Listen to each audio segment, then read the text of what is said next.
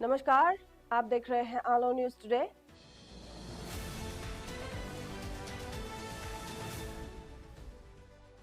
मैं हूं सुषमा मोरा। चलिए बढ़ते हैं आज की एक महत्वपूर्ण खबर की तरफ। अरुणाचल प्रदेश में एंटी करप्शन फाउंडेशन की स्टेट यूनिट ने एक प्रेस कॉन्फ्रेंस के जरिए एक गंभीर मुद्दा उठाया है। फाउंडेशन ने खुद को रेस्पॉन्सिबल और विजिलेंट सिटीजन्स बताते हुए राज्य सरकार का ध्यान एक सीरियस एडमिनिस्ट्रेटिव एनोमली की तरफ आकर्षित किया है। उनका कहना है कि राज्य का कई इंजीनियरिंग डिपार्टमेंट्स में एक चिंताजनक ट्रेंड देखने को मिल रहा है, जहां स्टैब्लिश्ड नॉर्म्स और सर्विस रूल्स को नजरअंदाज करते हुए अधिकारियों को जिम्मेदारियां दी जा रही है।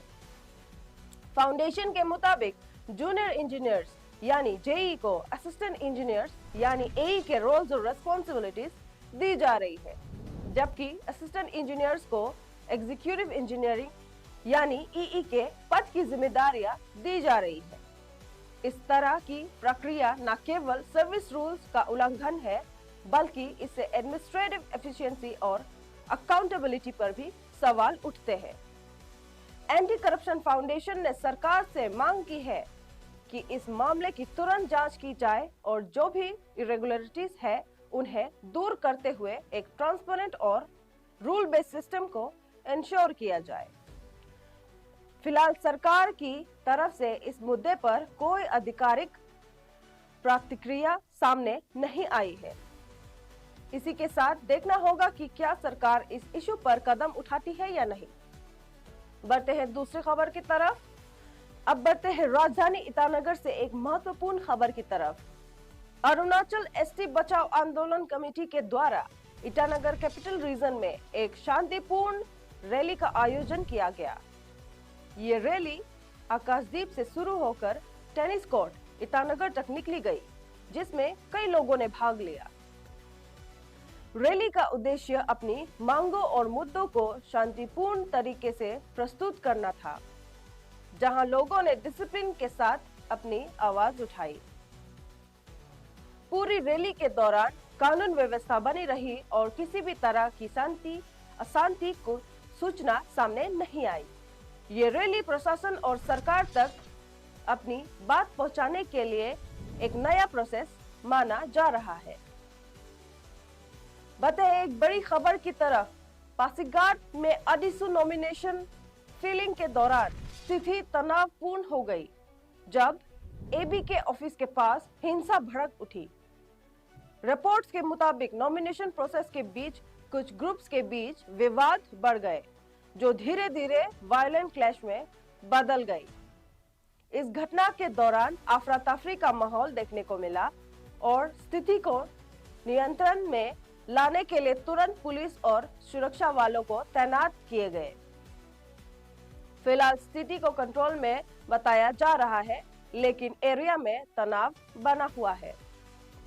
अथॉरिटीज पूरे मामले की जांच कर रही है और लोगों से शांति बनाए रखने की अपील की गई है।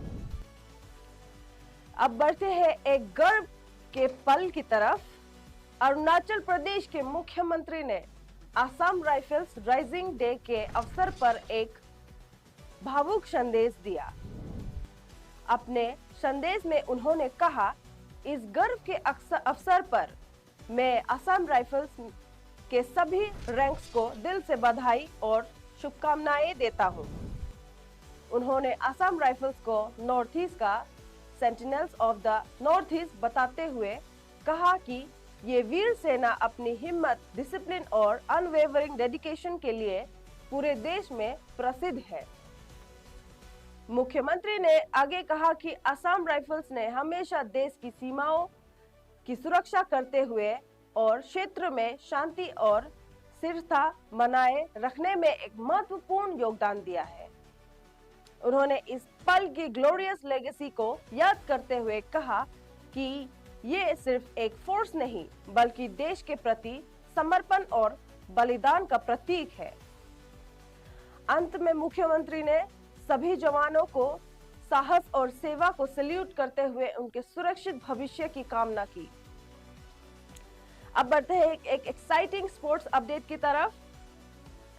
अरुणाचल प्रदेश फुटबॉल एसोसिएशन ने अनाउंस किया है कि U23 ट्राई नेशन चैंपियनशिप 2026 के सभी मैचेस अब देश भर के दर्शकों के लिए लाइव ब्रॉडकास्ट किए जाएंगे।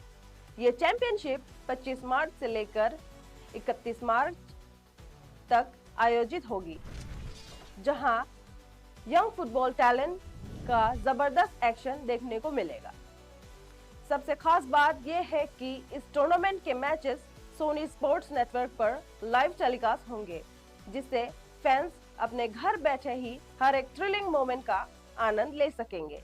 ये इनिशिएटिव न केवल अरुणाचल प्रदेश को फुटबॉल को एक नेशनल प्लेटफॉर्म देगा, बल्कि रीजन के उभरते हुए प्लेयर्स को भी एक बड़ा एक्सपोजर मिलेगा। तो तैयारी हो जाए इस इलेक्ट्रीफाइंग फुटबॉल एक्शन के लिए, जो सीधा आप तक पहुंचने वाला है। इसी के साथ बने रहिए आलो न्यूज टुडे के साथ। धन्यवाद।